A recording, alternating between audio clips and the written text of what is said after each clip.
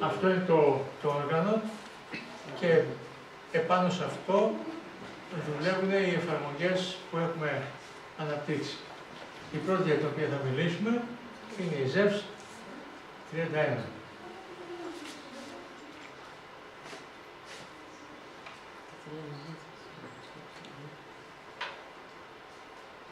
Καθώς ξεκινάει η εφαρμογή, βλέπουμε ότι ψάχνει να βρει τη σύνδεσή της ο υπολογιστής, την ευρύτερη σύνδεσή της και τώρα εμείς καταλάβαμε ότι βρήκε τη σύνδεσή της γιατί άναψε το κίτρινο λεντάκι επάνω στο κουτί μας. Ήταν το δείχνεις με το βελάκι όπως. Ναι, είναι το κίτρινο λεντάκι στο κουτί μας.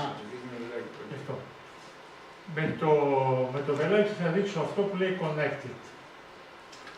Όταν θα μας βγάλει status Connected, θα ανάψει και το κίτρινο λεντάκι.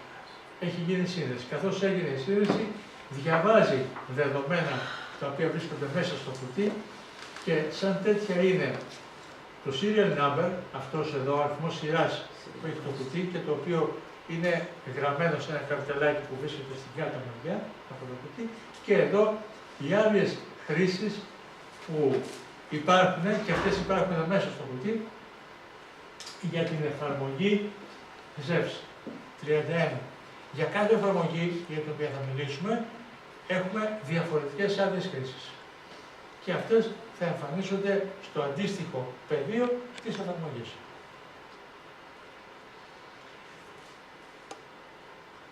Από τη στιγμή που θα πατήσω το διακόπτη στη θέση ON για να ανοίξει το κουτί μου, με το που θα ανοίξει θα ανάψει το κόκκινο λεντάκι, αλλά θα δω ότι θα αλλάξει το status. Αυτό που είναι off θα γίνει on στην εφαρμογή. Είδαμε λοιπόν, πατώντας το κουμπί εκεί, άλλαξε το status, έγινε on και έγινε ready, είμαστε συνδεμένοι, είμαστε έτοιμοι να λειτουργήσουμε. Αυτό μας λέει. Έτσι λοιπόν, στο κουτί τώρα βλέπω δύο λεντάκια με μένα, το κόκκινο που σημαίνει on, το κίτρινο που άναψε από πριν και σημαίνει ότι είμαι συνδεδεμένος και στη συνέχεια για όσο χρόνο γίνονται οι μετρήσεις στην εφαρμογή που δουλεύουν δηλαδή και παράγονται συχνότητες μέσα στο κουτί, θα ανάβει και το πράσινο λεντάκι να μας δείχνει ότι δουλεύει η εφαρμογή. Επιλέγουμε ένα πρόσωπο. Βλέπετε το κουμπί Start είναι απενεργοποιημένο, δεν μπορώ να ξεκινήσω τίποτε τώρα. Θα πρέπει καταρχήν να επιλέξω ένα πρόσωπο. Βγαίνει αυτή η κάρτα μέσα στην οποία κρατούνται οι πληροφορίες για τους ασθενείς, τα προσωπικά δεδομένα. Πατώντας το Select, μου εμφανίζεται εδώ μία λίστα με τα άτομα τα οποία έχω καταχωρήσει. Αυτή η λίστα εδώ είναι φανταστικά πρόσωπα, είναι μία τεστ κατάσταση, εκτός από το πρώτο που είναι πραγματικό και βέβαιο. Από κάτω ακριβώς, καθώς επέλεξα το πρόσωπο, εμφανίζονται τα modalities τα οποία αντιστοιχούν σε αυτό το πρόσωπο και έχουν να κάνουν με τι το κάνει κάποιον να νιώθει άσχημα, με τι το κάνει κάποιον να νιώθει όμορφα και ποια πράγματα, ποια συμπτώματα παρουσιάζει. Βλέπετε, αλλάζοντας το πρόσωπο, αλλάζουν και τα modalities. Ας πάμε λοιπόν σε μένα να προσθέσουμε ένα από τα modalities. Να ρωτήσω κάτι. Μάλιστα. Πώς προκύπτουν τα modalities, βγάζει το σύστημα. Όχι, αυτά είναι ένα set από τιμές οι οποίες έχουν δοθεί από την κυριολεκτικά και τις οποίες θα περάσετε εσείς μετά από συνέντευξη που θα πάρετε με τον ασθενή σας. Αυτό που λέει στα Bosch by quoted weight, εάν προσπαθήσω να το βάλω πάλι, ξέρετε, επειδή μπήκε μία φορά, δεν μπαίνει δεύτερη. Το μοντάλι το οποίο έχει προσταθεί μία φορά, δεν προστίθεται δεύτερη. Λοιπόν, from sun έχουμε by Motion. Να προσθέσουμε στο πλοίο Αριστοτελείου και το by Motion. Από τη στιγμή που προσθέσαμε ένα modality, εδώ μας εμφανίζεται το update. Θα κάνω λοιπόν update και αυτά θα καταγραφούν και θα γυρίσουν. Συγγνώμη, τι κάναμε.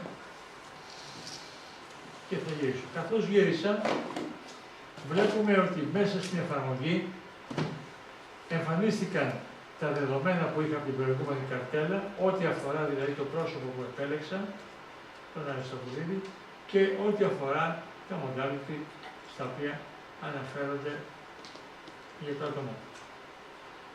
Έτσι. Τώρα, αμέσως ρωτήσετε, τώρα έχει ανάψει και το κουμπί start. Άρα μπορώ να ξεκινήσω τη διαδικασία. Σας ακούω. Το προηγούμενο τι ήταν στο ίντερνετ μέσα και αυτό είναι τώρα, δεν κατάλαβα. Μετά, δεν πειράζει. Εδώ είναι το διαγνωστικό κομμάτι. Ναι. Το άλλο ήταν η βιβλιογραφία. Τρόπος αναζήτησης ήταν ο άλλος. Η βιβλιοθήκη. Θα το είχαμε καταλάβει καλύτερα αν πρέπει να είχαμε ετοιμαστεί, δηλαδή έρχεται ένα άτομο, καταγράφεται και πρέπει πώς γίνεται η καταγραφή. Πολύ ωραία. Μια και καθώς είστε εδώ και θα κρατήσετε εσείς το ηλεκτρόδιο που είναι κοντά σας, να σας Αλλά καταλάβω. μπορούμε να κάνουμε ένα τεστ μετά, αλλά θα σας παρουσιαστεί το πρόγραμμα. Δεν πούμε σε λεπτομέρειες, εδώ το πρόγραμμα παρουσιάζουμε. Ουσιαστικά τα modalities είναι το ιστορικό που εμείς έχουμε πάρει. Κάποια σημεία από το ιστορικό. Ακριβώς, κάποια βασικότερα σημεία. Α, μπράβο, Που για μπορούν να βοηθήσουμε στην χαρακτηρίζουν πραγματικά την επιλογή προσωπικότητα και την ιδιοσυγκρασία του ατόμου για τον είναι πολύ χοντροειδές αυτό το σύστημα που έχουμε Ναι. βάλει σε αυτή τη version.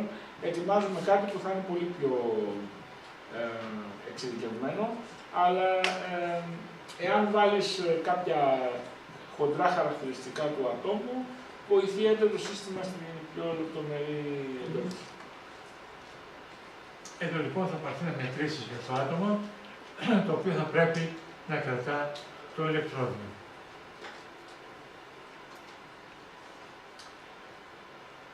Υπάρχουν δύο κομβία με τα οποία μπορεί κανείς να κάνει τεστ εάν το ηλεκτρόδιο κρατιέται. Βλέπετε, patches holding μας λέει, σημαίνει ότι κρατώ το ηλεκτρόδιο. Μόλις το αφήσω, patches free. Προσέξτε, εάν αυτό συμβεί κατά τη διάρκεια μιας μέτρησης, η μέτρηση ακυρώνεται. Δεν χρεώνεται license, αλλά πρέπει η μέτρηση να επαναληφθεί. Σταματώ λοιπόν το τεστ και να αρχίσω τη μέτρηση για τον εαυτό μου. Βλέπετε ότι άναψε το πράσινο λιντάκι εδώ, patches holding και μπαίνουμε στη διαδικασία, σε μια διαδικασία αναμονής. Έτσι για τις μετρήσεις. Μεταλλικά στοιχεία, όπως ρολόι και τα λοιπά, δεν εμποδίζουν. Δεν το βγάζετε αυτά. Όχι, Όχι, Στην προχωρημένη. ναι. Λοιπόν, αυτά είναι τα αποτελέσματα της μέτρησης. Μπορώ να αφήσω το ηλεκτρόδιο, τελείωσε η διαδικασία, έσβησε το λαμπάκι το πράσινο, από εκεί σταμάτησε η παραγωγή συντοπίτων και η μέτρηση. Έχω τώρα τη δυνατότητα να αποθηκεύσω αυτές τις μετρήσεις. Πατώντας αυτό το κουμπί, μπαίνω στη διαδικασία της αποθήκευσης. Εδώ θέλω να σας δείξω ότι κατά την εγκατάσταση του προγράμματος της εφαρμογής δημιουργείται στο δίσκο SER ένας φάκελος ο οποίος ονομάζεται αυλός. Μέσα σε αυτό το φάκελο μπαίνει το σύνολο από τις εφαρμογές. Σε αυτό το φάκελο μπήκε το ZEF 31, σε αυτό το φάκελο θα μπει το Δήμητρα, σε αυτό το φάκελο θα μπουν οι εφαρμογές στο Θεόφραστος κτλ. Κάθε μία από αυτές τις εφαρμογές δημιουργεί το δικό της φάκελο μέσα, ή αλλιώς υποφάκελο μέσα στο φάκελο αυλός. Εδώ λοιπόν βλέπουμε τη διαδρομή που σας δείχνω επάνω. Υπάρχει ο φάκελος αυλός, δίπλα υπάρχει ο φάκελος ZEV31 μέσα στο οποίο βρίσκεται η εφαρμογή και η εφαρμογή έχει δημιουργήσει μέσα σε αυτό το ZEV31 ένα υποφάκελο το οποίο ονομάζει Therapy. Μέσα σε αυτόν θα αποθηκεύσει τις μετρήσεις, όλες τις μετρήσεις για τους ασθενείς. Αυτές τις μετρήσεις τις αποθηκεύει με το καταχωρημένο όνομα, ονοματεπώνυμο του ασθενούς, όπως βλέπετε εδώ Αριστοβουλίδης Μανώλης, και με την ημερομηνία με την οποία έγινε η μέτρηση. 16/12/17. Έτσι. Θέλω να προσέξετε το εξής. Μετά από αυτό υπάρχει μία τελεία και υπάρχει ένα ακρονίμιο με 3 γράμματα, το οποίο είναι Z31. Αυτό το ακρονίμιο δεν πρέπει να το πειράξετε, δεν πρέπει να το αλλάξετε. Ουσιαστικά τίποτα από το όνομα δεν πρέπει να πειράξετε, αλλά έχετε τη δυνατότητα να μεταβάλλετε το όνομα όπως εσείς θέλετε. Όμως το ακρονίμιο δεν έχετε τη δυνατότητα να το μεταβάλλετε. Γιατί? Αυτό θα το χρησιμοποιήσετε στη συνέχεια σαν είσοδο στο πρόγραμμα Θεόφραστος για να για να φτιάξετε το παρασκευασμό σας. Το πρόγραμμα Θεόφραστος θα εξετάσει το αρχείο και ανάμεσα στα στοιχεία που εξετάζει εξωτερικά είναι αυτά τα 3 γράμματα για να δει από πού του έρχεται αυτό το αρχείο. Έτσι. Μέσα εξετάζει κι άλλα. Εννοείται ότι μέσα δεν πρέπει να πειράξετε τίποτα σε αυτά τα πράγματα που έχουν αρχείο. Λοιπόν, και κάνω την αποθήκευση. Έτσι λοιπόν τελείωσε η διαδικασία. Μέσα στο αρχείο αυτό υπάρχουν αποθηκευμένα αυτά. Τα 5 φάρμακα με το πόταση όπως δημιουργήθηκαν από τις μετρήσεις. Δηλαδή, σας τέσταρε το πρόγραμμα Ναι. από όλες τις παθήσεις που έχει μέσα Ναι, και βγάζει παθήσεις. Και με βάση αυτά. Βγάζει παθήσεις. Και με βάση τα μοντέλα. Βγάζει μόνο ομοιοπαθητικά. Αλλά βλέπει ανάλογα ποια είναι, ας πούμε, και δίνει αυτά τα φάρμακα. Κοίταξε. Πηγαίνεις στη φαρμακολογία, στη βιβλιογραφία και βλέπεις για το συγκεκριμένο φάρμακο τι έχει καταγραφεί μέχρι στιγμής. Μπορεί να είσαι εσύ ο πρώτος που θα ανακαλύψεις κάτι καινούργιο και θα το βάλεις μέσα στη βιβλιογραφία. Γιατί όπως καταλαβαίνετε αυτό εδώ ο μέσος ομοιοπαθητικός χρησιμοποιεί 100 φάρμακα. Αν είναι πολύ καλός μπορεί να χρησιμοποιήσει 200. Καταλαβαίνετε λοιπόν ότι εσείς έχετε μια επιλογή, μια γκάμα 23.600 φάρμακα. Καταλαβαίνετε λοιπόν ότι άμα εσείς σας αρέσει η έρευνα και αρχίζετε και πειραματίζεστε, σε 3 χρόνια θα κάνετε μαθήματα στους καθηγητές της ομοιοπαθητικής. Γιατί δεν θα έχουν, έχετε πολύ νέο υλικό για να με σαφείς. Είναι καινούργια δεδομένα αυτά. Είναι καινούργια δεδομένα. Είναι καινούργια δεδομένα, ναι. Τώρα αυτό δηλαδή τι καταγράφει την συχνότητα. Πηγαίνοντας στο mouse επάνω στα χαρακτηριστικά, εδώ που δείχνουμε το mouse είναι τα χαρακτηριστικά της μηχανής. Πηγαίνοντας λοιπόν επάνω στα χαρακτηριστικά όπου το όνομα της είναι ZEV και ο τύπος της είναι 31 MB, εάν αφήσω για λίγο το mouse μου λέει ότι έχει 23.673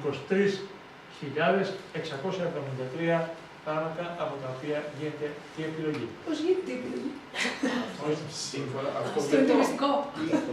είναι σημαντικό. Και πολύ γρήγορη η μέτρηση. Πολύ γρήγορα. Παίρνεις λίγο πιο... Όχι, εντυπωσιάστηκα. Ωραία. Πολύ γρήγορα. Να ρωτήσω κάτι. Από το φάρμακο πας στην ασθένεια δηλαδή. Διαβάζοντας το φάρμακο. Λοιπόν, να τα βάλουμε λίγο απλά. Όταν διαβάζουμε ματήρια μέτρικα για ένα φάρμακο, έχουν συμπτώματα που έχουν καταγραφεί, έχουν παθήσεις που πιθανόν έχει χρησιμοποιηθεί. Ανάλογα με το τι έχει γραφτεί, θα βρεις ανάλογα τι έχει γραφτεί. Αν είσαι εσύ ο πρώτος που θα γράψεις κάτι, έτσι, ας πούμε τις προάλλες τσεκάραμε ένα παιδάκι που είχε νευρογενειά ανορεξία και βγήκε, το οποίο είχε θέματα στην εγκυμοσύνη. Υπήρχαν θέματα όταν ήταν έμβριο και βγαίνει μια σπάνια οχιά.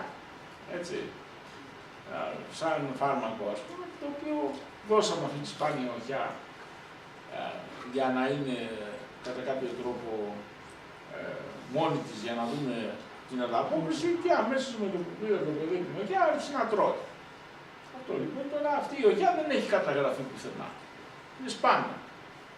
Αυτή λοιπόν θα κάτσουμε εμείς να καταγράψουμε αυτό το περιστατικό.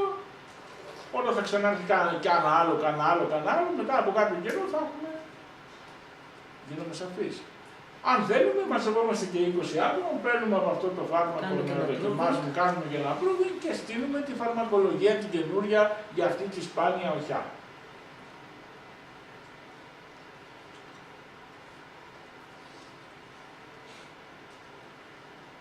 Τελειώσαμε αυτά. Νομίζω ότι αν κάποιος, συγγνώμη λίγο, το καλύτερο θα ήταν κάποιος να κάνει και μια ανάλυση έχοντας κάνει μια εξέταση. Δηλαδή, από τη στιγμή που κάνετε εξέταση σε κάποιον, το πιο φρόνιμο είναι να του πείτε έλα σε μια εβδομάδα και αφού έχεις μελετήσει, να του δώσεις κάποια θέματα που εσύ θα βρεις, ας πούμε, για αυτόν. Πάντως εδώ η εξέταση αυτή είναι πάρα πολύ δύσκολη, έβγαλε λίγα φάρμακα, πολύ σπάνια, θέλει διάβασμα. Κατά κάποιο τρόπο, και επειδή είναι του Μανώλη, δεν θέλω να αρχίσω να λέω για κάποια από αυτά. Αλλά αν κάποιος δεν έχει πρόβλημα να εκτεθεί, μπορούμε στο τέλος να κάνουμε μια μέτρηση και να σας δείξω πώς γίνεται μια ανάλυση. Εντάξει, αυτό το έχω κάνει. Καλό θα είναι, τώρα να πάμε στο επόμενο πρόγραμμα. Καλό θα είναι να σβήσουμε όταν τελειώσουμε με αυτό το πρόγραμμα, να τελειώσουμε την εγγραφή και για το άλλο πρόγραμμα να κάνουμε καινούργια εγγραφή. Ναι. Θα ήθελα ερωτήσεις. Ουσιαστικά δηλαδή τώρα πάμε να ερωτήσεις που αφορούν τη λειτουργία της εφαρμογής. Ναι. Τώρα αυτό μπορεί να σταλεί σε ένα φαρμακείο, να παρασκευαστεί και να ξεκινήσει την θεραπεία. Αυτό ποιο είναι αυτό, ο φάκελος τον οποίο βγάλαμε. Πώς θα τον ευρώ για να τον στείλω στο φαρμακείο αυτό το φάκελο. Θα πάω με το εργαλείο που μου δίνει η Microsoft να ψάχνω τους φακέλους μου. Θα πάω στο δίσκο C. Θα πάω στο φάκελο αυλός. Θα πάω στο φάκελο ZEVS 31.